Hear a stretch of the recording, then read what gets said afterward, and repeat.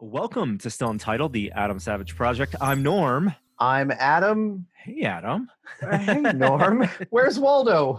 Yes. Will has blended into the Zoom background that he Yes, changes from each exactly. week. But we wanted to get together to talk about, well, there's some fun movie stuff. It feels like a culmination of a journey almost. I'm getting right into people know from the description of the podcast that we're going to be talking about the Hamilton film. Dude.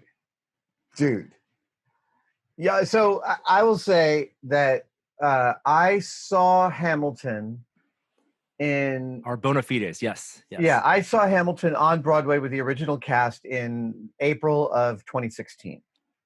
And for people who had been listening to this podcast, old-time listeners, long-time listeners, it was something I remember the first time I heard about it from you, I think. Well, where you were championing it because you had read the biography, and there was definitely a at least 6-month phase where you were listening to it a lot in the cave. That's all you were listening to. We hadn't really and you were convincing. I think, it's right around like 2015 time. 2016. So it's the play premiered on Broadway in late 2015. Yeah. And then in early 2016 at Sketchfest here, and I remember it was at the backstage at the Brava Theater. I was doing a Thrilling Adventure Hour, and John Hodgman sat me down and sat across from me and said, "We're going to have an important discussion, and I'm going to download a piece of information to you, and it's really important that you get this, that this thing made by this man, Lin-Manuel Miranda, and his team is so other." Like John was saying, as a writer, as a creator, as a creative person, I look at this and it's like aliens dropped from the sky and came up with a whole new way of looking at a narrative. Mm-hmm. And he said, I can't overstress how important it is that you engage with this, and I really suggest you go. Now, I'd already had friends like Wave, Dr. Wave had actually headed to New York, I think in late 2015. I knew about the phenomenon, but it wasn't until Hodgman sort of gave me the virus. That's a really bad analogy right now. It wasn't until Hodgman downloaded to me that I engaged. And then, I became totally obsessed. We went to see it in New York. Before we saw it, obviously I had memorized the entire libretto like an average Hamilton obsessive does. But my wife had not at all. So I sat Mrs. Don't Try This down, and I thought, what can I do? I can't get her to listen to the whole libretto because that's almost abusive to someone who's like, you're going to listen to this 2-hour album. But I said, what is the quintessential thing to get before you go in? And I played her Helpless and Satisfied. Yeah. Eliza and Angelica Schuyler's two different viewpoints in the beginning of the show, and the great romantic entanglement of the narrative. And I laid out for her what these songs meant and how they fit together and what these characters were. And we went to New York and saw it. And I wanted to say, at that point, I was lucky enough to go backstage and meet most of the cast. And Lynn said that they were planning to shoot it soon. Yes. And that turned out to be less than 60 days later. And I said, when is that going to be released? And he's like, 5 or 10 years. 5 or 10 years. And here we are. It's almost 5 years. Actually, the scheduled release date was 5 years later. It's oh my gosh! Wow, you're right. It was right toward the end of their run. So, 2016, before all the original cast, the Broadway cast, not the workshop with the off Broadway, but before they left to do the other things, and it is for the vast majority of people who are fans of the show or maybe even new to the show, but presumably a lot of the people had listened to the album, right? The album was, for most people, the way they had connected with this material, unless you're very fortunate enough to be able to see the tour and the show. And there have been many thousands and thousands of people who were, but we both come from this very interesting position of having seen the live show. And so it was, what an interesting way to one film and release this phenomenon, this musical, and not adapt it to be a film movie, not shorten it in any way. The purity of the 2-hour and 40-minute length time. Like, they really wanted to make it feel like you had a ticket to the theater and got, the best seat and then watched it for two and a half hours. Well, so you've seen the show twice, right? I've seen it 3 times. 3 times. Okay. Yes. I have seen it 3 times as well. And I'm guessing, like me, you keep noticing every time you saw it live, you kept noticing new aspects to the show, right? Well, I was going to say, for the people who had not seen it live, I'm really curious to hear what they think, because so many people, what they think of when they think of Hamilton, it's the soundtrack. The soundtrack is Hamilton. Right. And I would almost say that watching it on Disney Plus, the film version is not the same, because the visuals, I don't think you connect with necessarily the lyrics or even the music in the same way as if you had just headphones. Of course. Experience of listening into the car or the shower. And so it is fundamentally a different piece of that continuum. But I guess what I wanted to point out is that because I kept noticing new things about the staging. I mean, the more you watch the show, the more you see the show live, the more you start to notice how insanely great the ensemble is. Yes, all of the dancers that support the main characters, all the ways in which, oh my God, how I noticed that Hamilton, whenever he is conflicted, the dancers play pieces of his mind warring with each other. that happened, that refrain, that physical refrain happens at least 3 times in the show, and that the staging of that show, the lighting, the music, the cues, the dancing, the costumes, every little bit of it is an intricate construction that it makes sense to release it in that way, because that filming was remarkable and moved me just as much, and if not more in some ways, than seeing the show live. And I kept on talking to Danica about, and then, we did the thing where we glanced at each other as we're watching this thing and trying to connect with those. Oh, remember this part and this part. I would say it does not take away from the live experience at all. I think there was a fear that putting it out on this way as a movie, as a film, even if they had had the opportunity to play this in theaters, it would have, detracted from the ticket sales. I would say there is no substitute, even with the touring cast or, the 5th touring cast, or, being able to see it in person. And one, it's the benefit of live theater, the energy, the tension at the stage, the kind of one-to-many relationship a single singer has with, thousands of people in an audience. That is very, very difficult to reproduce in any digital medium.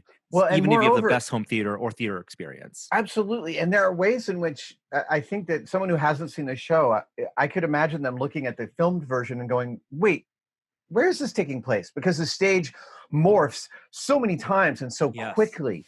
And unless you had a full wide, the biggest, all-encompassing panoramic field of view, it is an edit, right? They filmed it multiple times, and they made choices in what to show you at what moment. But at the same time, when you're watching it live, you also have that experience. When the stage morphs and all of a sudden you're going from clearly you're outdoors in Washington Square Park and then you're in Hamilton's office, and somehow that transition is solid and it has a hard line and you don't know how they did it. It's like a repeated magic trick. The show, the film version also kind of achieves that, but in a different way. One thing I loved about the film version, I loved how they did not overplay the showing to you of the turntable. Yes. There was only a few shots of the overhead camera where you see it actually the moving. Counter rotates the 2 turntables. The rest of the time, it is like that sort of that incredible. It's a part of the choreography, right? It's a seamless part of the choreography. And so one of the things I was trying to notice is, one, could I tell the joining of the performances? When they cut mid-song to one type of shot, other type of shot. And 2, what the 2 performances, what they, from a filming standpoint, try to achieve with the multiple performances. Because, they had an audience. Like, you could see at the end of the show. I think they had an audience for some of the shoots, but not for all of them. That's right. Because they went on stage, and they use that very sparingly, the on-stage shots, where they got right up close. They did it for Hurricane. They did it for Leslie Odom's Room Where It Happens. And Dear Theodosia. And that's where they can actually, when you see some more dynamic camera movement, the Room Where It Happens, it's a very upbeat, jazzy song. And so you get some more a dance with the camera person and Leslie Odom Jr. That was a great use of that. One thing.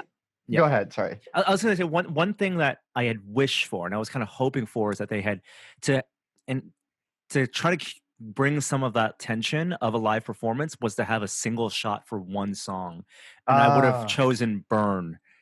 I would have to let a camera linger for 3 minutes, and you get the full range of emotion, and you get that tension of not breaking for a cut. Right. I would have loved to have seen that.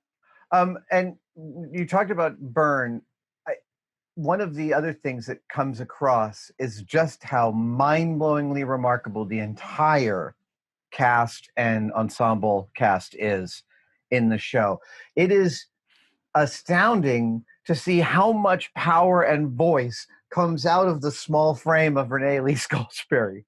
She's the powerhouse. I mean, dude, Satisfied, and even at the end when she comes into the side to sing about after who tells your story. Yes. And she deserved the Tony 100% for, I think she got the best lead Tony that year. I keep on going back to the comparison, because you have like these strong sense memories, I'm sure you have, of the first time you listened to the album, like the first few times. Right. I know exactly where I was the first time I heard these songs. Right. And for me, it was a big family vacation trip that Danica and I went to China. Like we like in the hotels that we went to on those days were the different songs, and we have these intense ties. But we also have these sense memories of the first time we saw it live, like a live concert. And I think the sound systems in musical theater are just so powerful, and the combination of that with the you're feeling it in your chest, exactly, and you're in the same room. Yes, you're in the room where it's happening. And that's just so difficult to replicate at home. What's interesting also is when you saw it the first time you saw it on the tour, right, in San Francisco. I'm sure you were also kind of making these subconscious comparisons between the live performance or the soundtrack and what's there, right? Look, I mean, Daveed Diggs is not just an amazing performer; he's a world-class rapper. On his rap album, there's at one point a song which he starts singing on quarters, and then goes to eighths, and then goes to sixteenths, and then starts rapping on 30 seconds of the measure. It's like insanity. And it is such a difficult comparison for any other actor to step into that role. And it's a testament to the touring shows that they do and they can. And they make it their own. And they make it their own, And that's one thing I noticed mostly about this, because I started off watching this Hamill film version making those very same comparisons, because you're talking about the end of their 2016 run versus when they recorded the cast album, which is toward the beginning of the show. Right. So already you see the places. Yes, you hear differences in the deliveries. And the ways they've gone more comfortable, or they've developed the flourishes that they liked. Yeah. And that was wonderful. And then in addition to that, for people who got to see the touring shows, you then notice, oh, wow, the Eliza that we saw in San Francisco, I appreciated the deeper grief in this version of that song versus the resilience and absolutely right. And so the most recent touring show in San Francisco,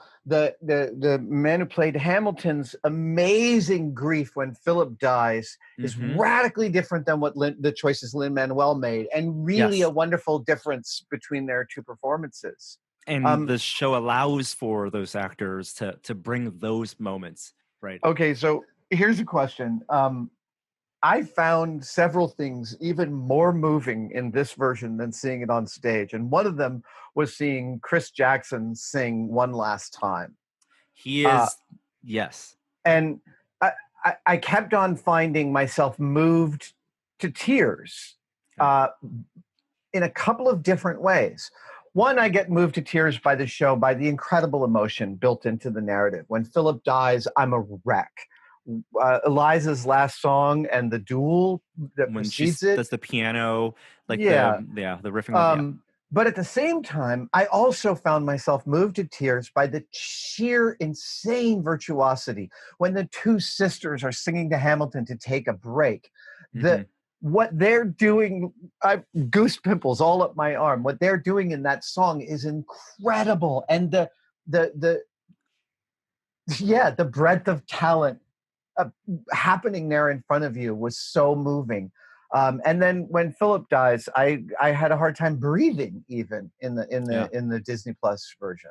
Yeah, it's one of those, the inevitability of what happens every time you watch it or listening to it, especially when you watch it.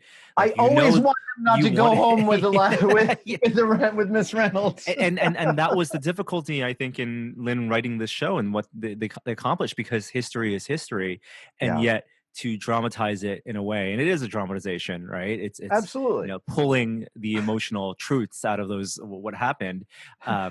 You kind of always wish you know he's going to die at the end. They're all going to die at the end, and yet you feel it every single time. Chris Jackson, when he says, like it says in scripture, sitting under a fig tree, every man in a fig tree, like that, like the quiet moments from that to the presence that he has, like, I think they got what they wanted out of a George Washington there. Oh my God. I think people are probably most surprised because with probably Jonathan Groff with King George, for people who have never seen the show live before. George. And so this is the thing about, go ahead. Yes, the difference between what you hear in King George in just the 3 songs, versus the amount of performance that builds up. That's the thing, is when you just learn the libretto, King George becomes this thing of like, oh, it's the 3rd time I'm hearing the same song.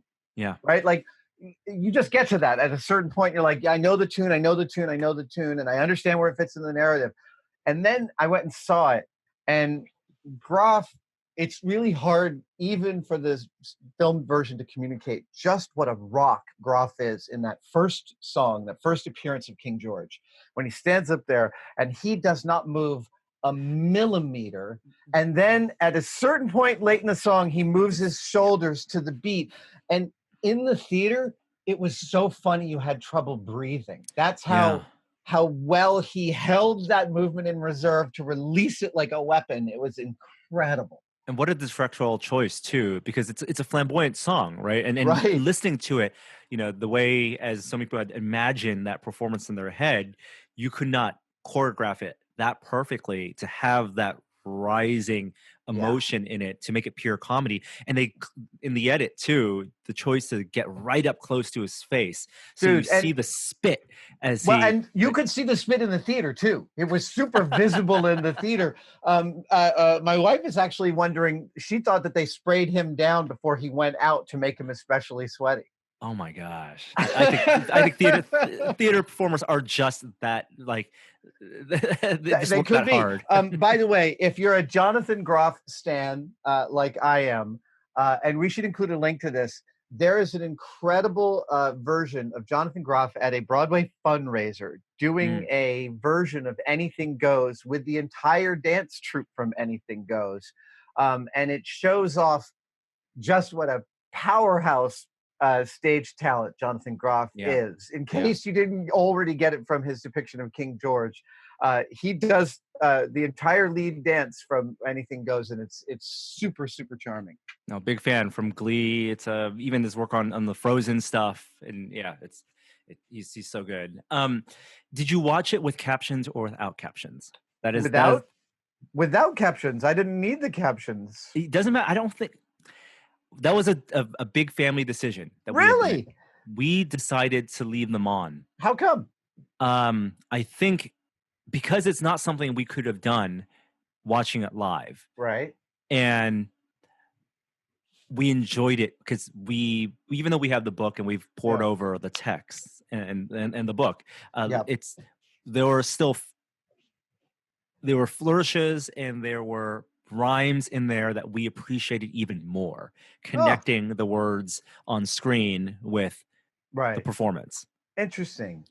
I think I mean, it's so deeply embedded in my head. It didn't even occur to me. But it's such a rich tapestry. A friend of mine who's a writer is like, who ever thought that you could rhyme cuckold with unbuckled. Oh, I mean, there's so many things, you know, when they switch from, you know, son of a whore to whoreson to Jefferson, right? Right. Yeah, there's I think those are the rhymes. Those little parts were things that we appreciated a lot more because we had, and maybe it's the second time you're watching, because you know you're going to watch it more than once on the streaming service, and maybe it's, you know, one of the future times to turn on the captions. I think it's worth the exercise. We also made the decision to turn on just the bare, like the first of 3 levels of motion smoothing on our television. How come?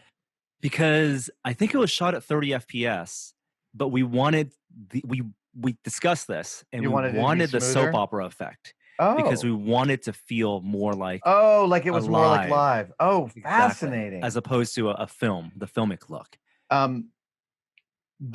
That's really cool.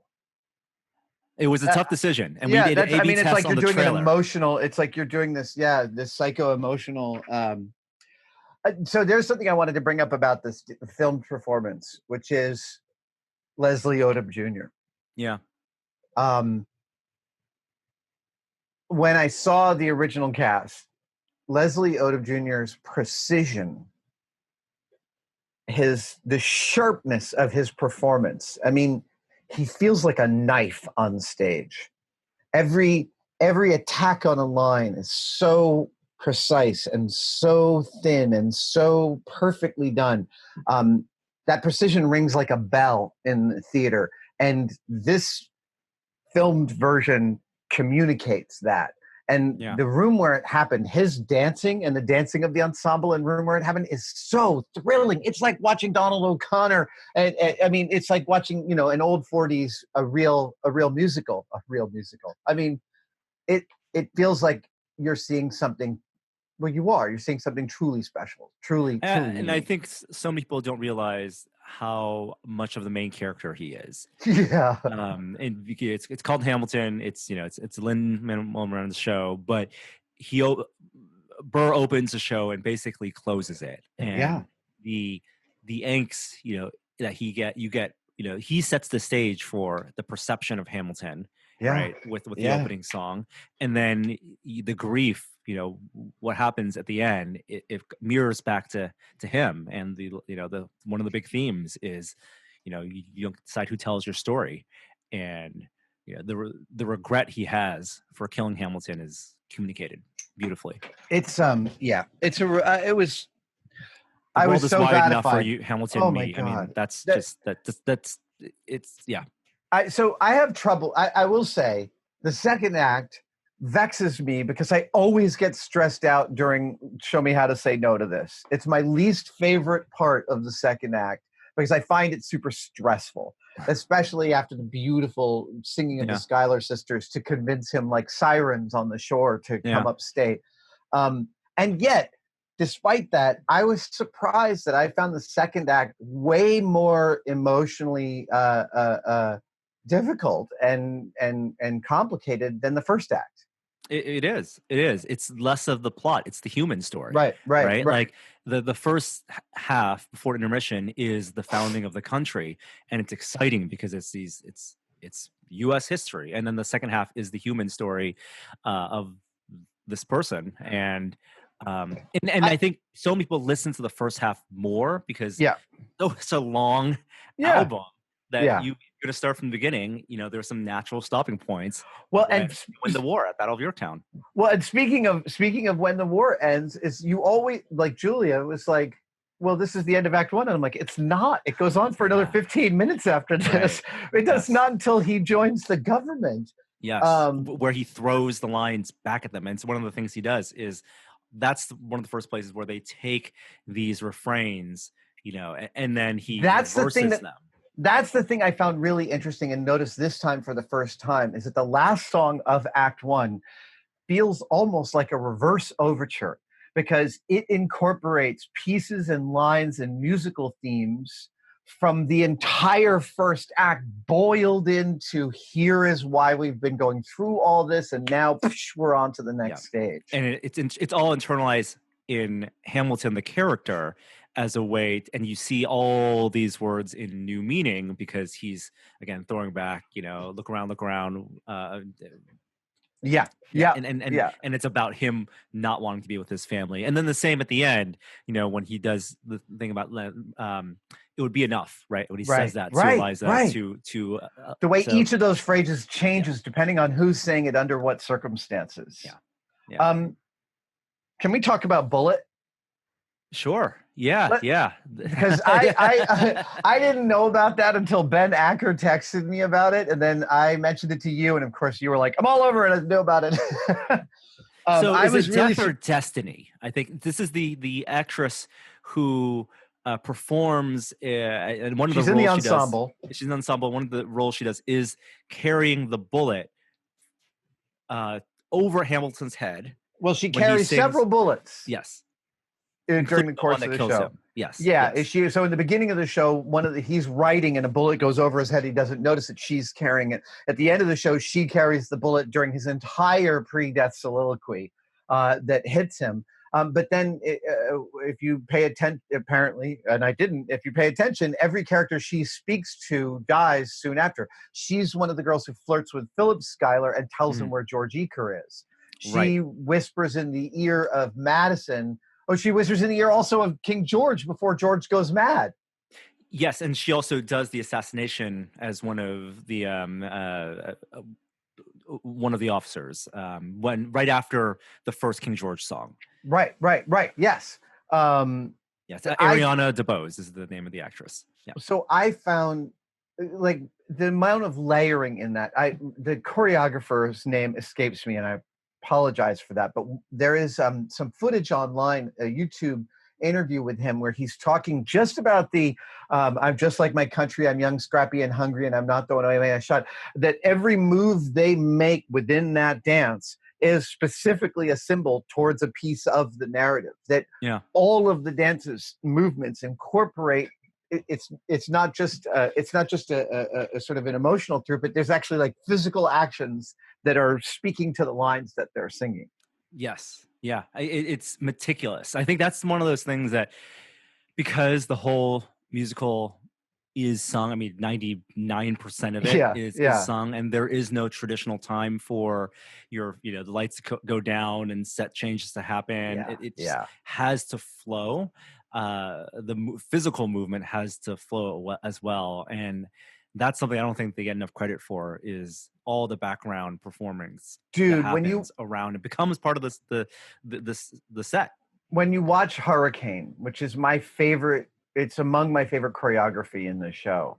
Where he's in the middle and they're spinning around when they're all moving furniture, and the ones up front are moving it low, and basically it's this. They're dancing a tornado, a hurricane around him. There's the point in which I didn't realize that you get to see Hamilton get introduced to Elizabeth Schuyler 3 separate times. I always thought it was twice, but it's 3 times, and the third time you get to see the dancers in soldier uniforms all being parts of Hamilton's brain as he's meeting Elizabeth. That they're making his shoulders back and making him stand up straight and putting his hand out. That choreography, that the dancers are always playing parts of Hamilton's mind when he's conflicted.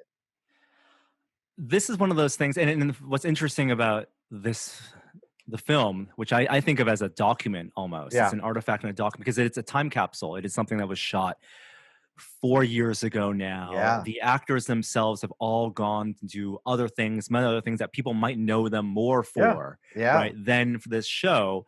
That's almost like, one, it's them returning home, but it's almost like they are different than the people who they were in 2014, 2015 when they were constructing this.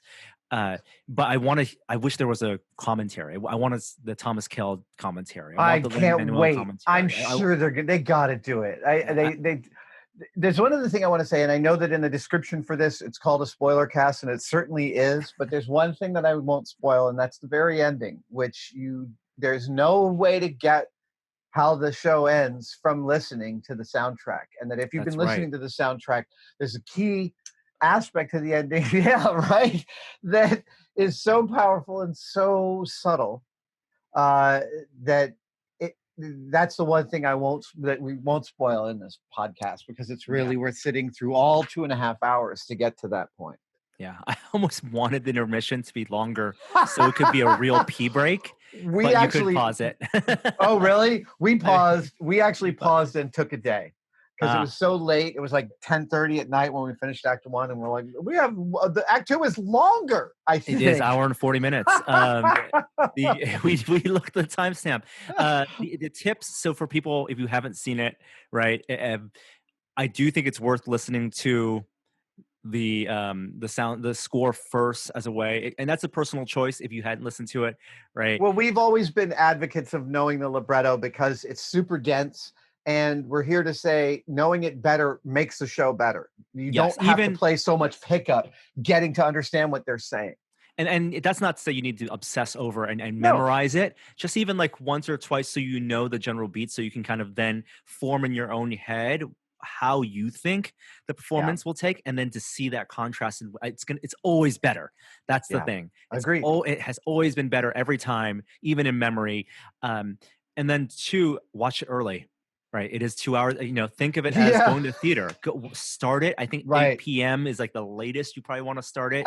8:30 because it's a long time. Pee beforehand. And you guys are so rigorous. No pee breaks.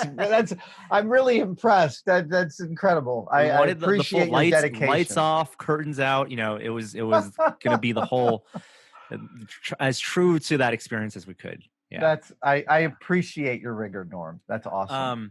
We'd love to hear what people think. If it was the first time they saw it. We know that it is also a time capsule of its time in 2016. The world is very different in 2020 in terms of our relationship with American history and of Black Lives Matter, and so that also kind of creates a distance between this as a piece of art versus and as a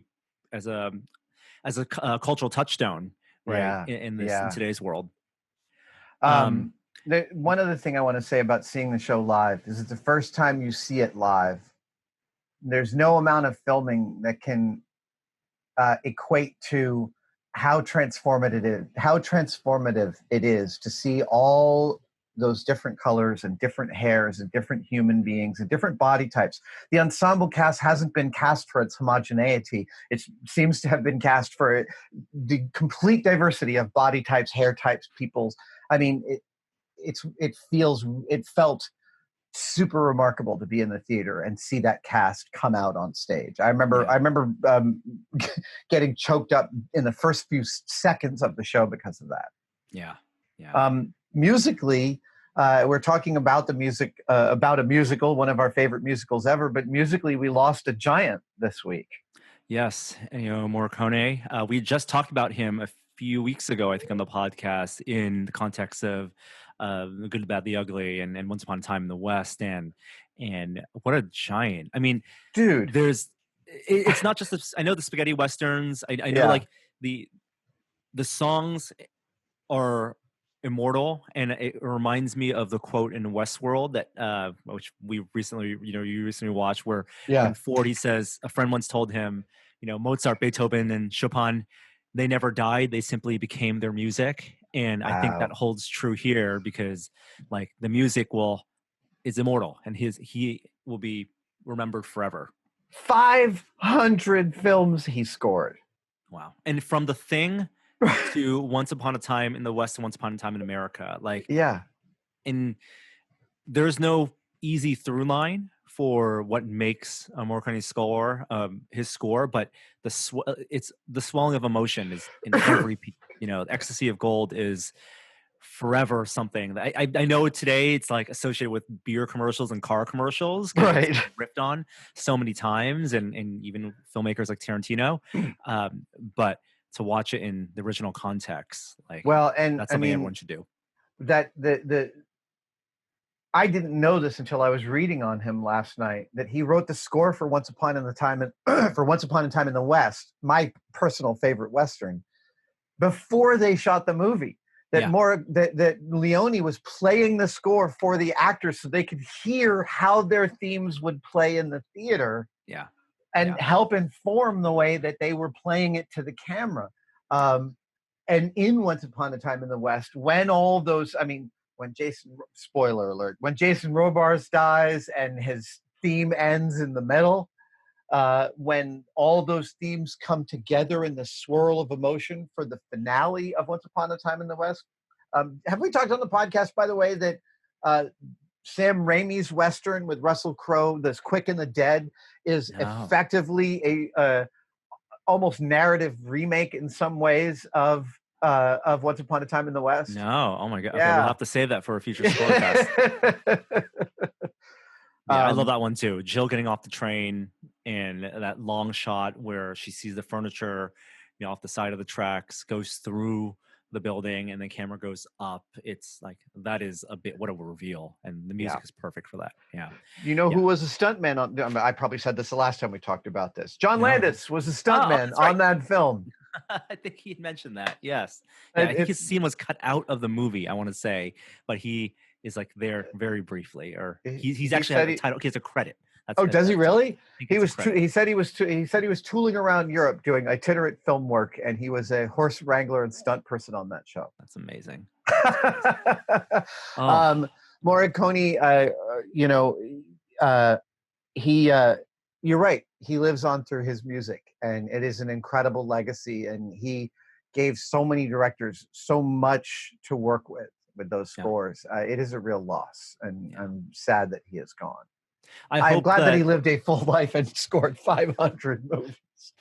And I hope that there will be some documentary released sometime in the future about him as a person, him as a life, because, the double-edged sword of the music living forever, outlasting the man, is that he was also a person. And I would love to know more about that story too. There is something I've been meaning to mention to you. Hold on just a second. Have you come across the article on kitbashed.com about the development of the Millennium Falcon? I have not. Dude, I'm sending this to you, and this is something we can talk about next time we're talking about this. It's totally amazing. Basically, this guy has gone through every bit of canon reference, every documentary, and pulled together all the details he can. He literally has Ralph McQuarrie's very first sketch the day he read the script for Star Wars, and how that is of what was the pirate ship and became the Rebel blockade runner, and all of the different details that led, as best he could figure, to the design and implementation of the Millennium Falcon. So he talks about Colin Cantwell, talks about Joe Johnston, and each of these guys does interviews within this. That's awesome. It's the deepest of deep dives into an aesthetic thing. And bonus, it includes a Lego version of a hamburger with an olive stuck in the side, Millennium Falcon, by Angus MacLean.